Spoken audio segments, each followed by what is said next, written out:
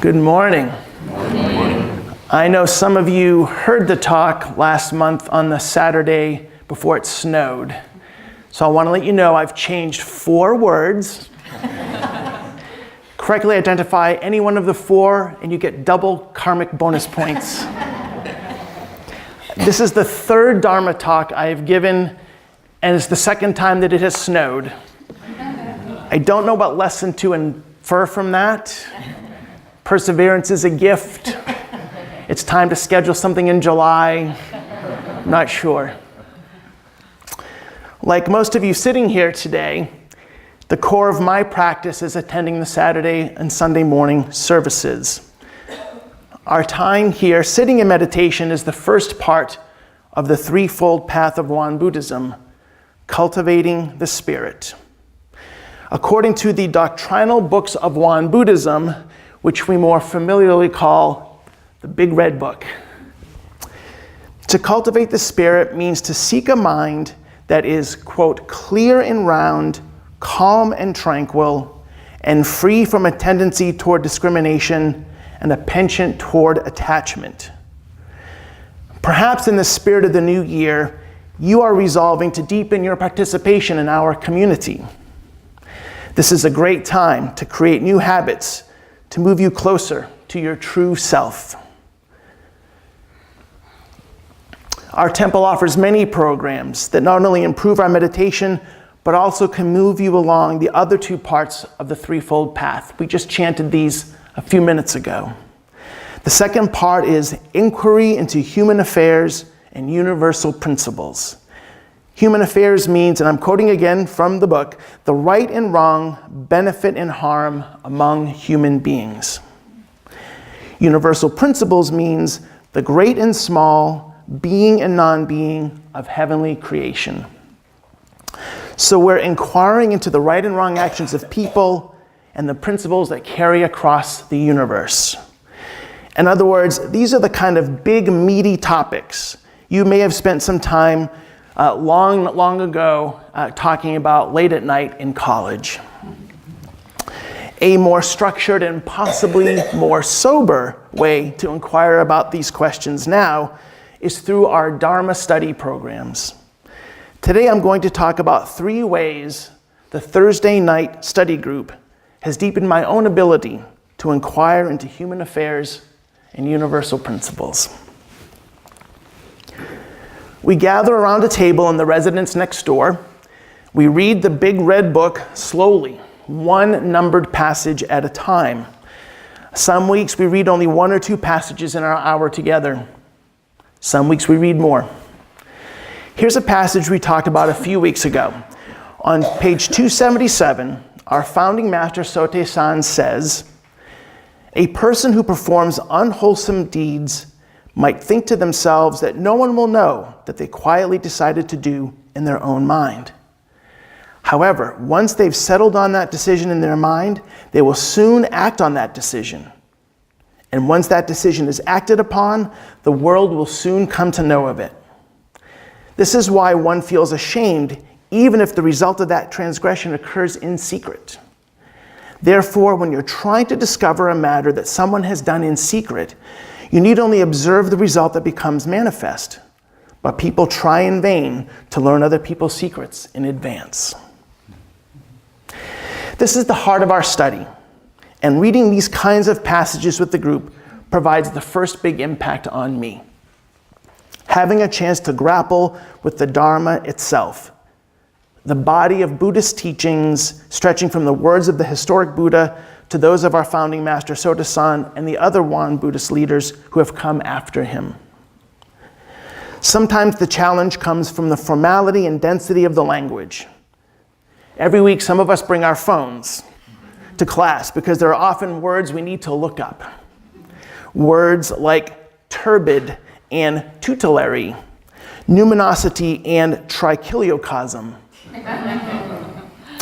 The teachings are translated from Korean, of course, and so we'll often ask our Kyominim leaders, Reverend Ginger and Reverend April, to look at their Korean copies of the texts and ask how they might translate the words differently.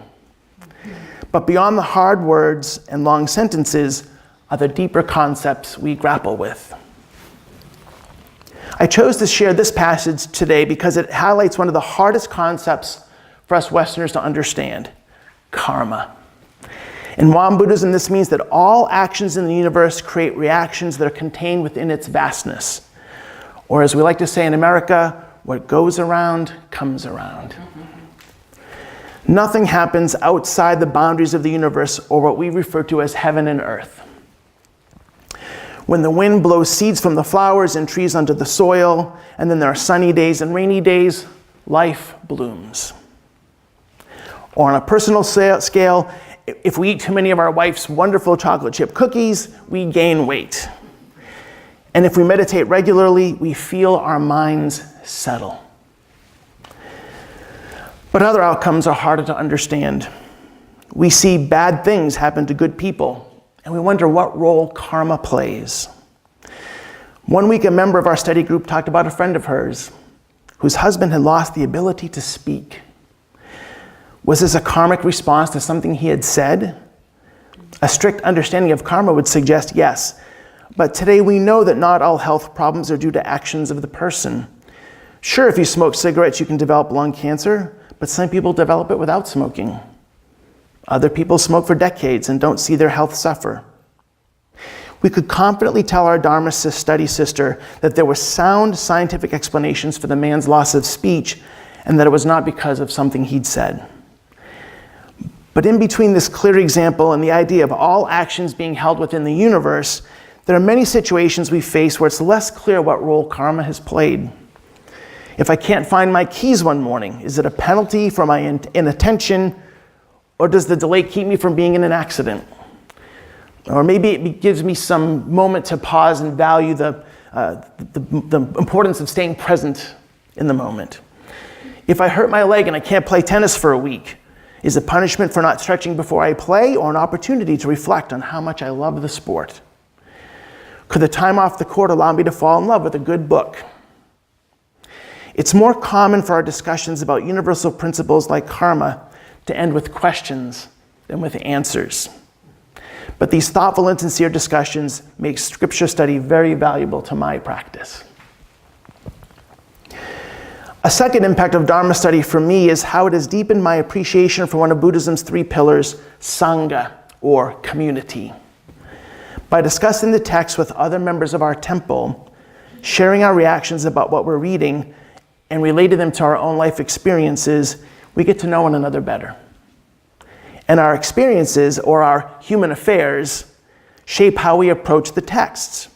If we are a scientist, we may be on a quest for reasoning and evidence.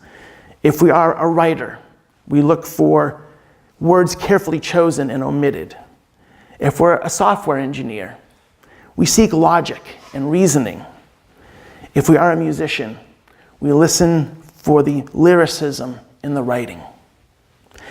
All of us are looking for wisdom and for impact, for guidance and for inspiration. I find glimpses of these things just as often from the people at the table as from the texts themselves.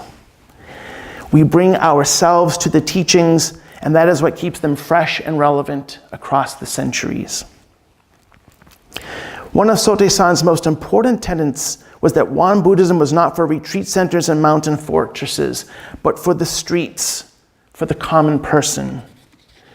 His first disciples did highly practical things like starting a savings association and filling in an estuary so they could grow crops. So it is for us, taking the Dharma and bringing it to our own experiences, hopefully making us better practitioners and people. Or to put it in Won Buddhist terms, as we blend meditation, cultivating the spirit, with scripture study, inquiry into human affairs and universal principles, we impact the third part of the threefold path, mindful choice in action. Because we do this together on Thursday nights, we feel like a community within our larger Sangha. I can't attend every week, but every time I do, I am welcomed and I am grateful to be there.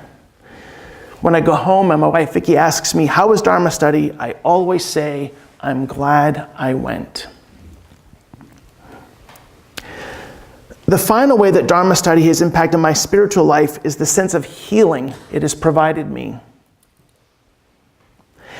When I came to this temple just over 4 years ago, it was in part because I was leaving a Christian church that was in the midst of being overwhelmed by a set of problems, and those problems left me feeling spiritually empty.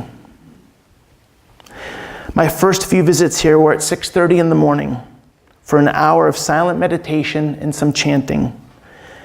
And I found the quiet and the ritual very soothing compared to the chaos I was leaving behind. From those early mornings grew the roots of my Buddhist practice, which have led me to taking a Dharma name, making a pilgrimage to Korea, and participating in activities like scripture study. Over time, I have healed, and in that healing, I have found myself recalling lessons from the earlier parts of my spiritual training. Both my youth in the Catholic Church and my years with Vicky raising our children in the United Methodist Church. These were places and times in my life that had shaped me. And when I first came here, I was trying to ignore them, or think of them as flawed or incomplete or insufficient. But they are all part of my path. And during many of our Dharma study sessions, I'm reminded that there are themes common to both traditions. That passage about karma reminded me of the story in the Gospel of John, where Jesus and his disciples encounter a man blind from birth. And the disciples ask Jesus, "Rabbi, who sinned, this man or his parents?" They viewed his blindness as the karmic consequence of sinful behavior. They just weren't sure whose. Jesus' response, by the way, is that neither the man nor his parents had sinned.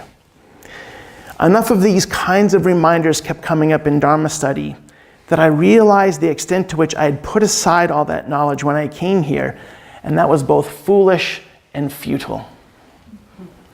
I now have a sense of wholeness about my spiritual path, that it is one continuous journey, and I thank Dharma study in part for helping me see this. Coming to the temple has given my spiritual life a sense of balance and depth it did not have when I arrived here.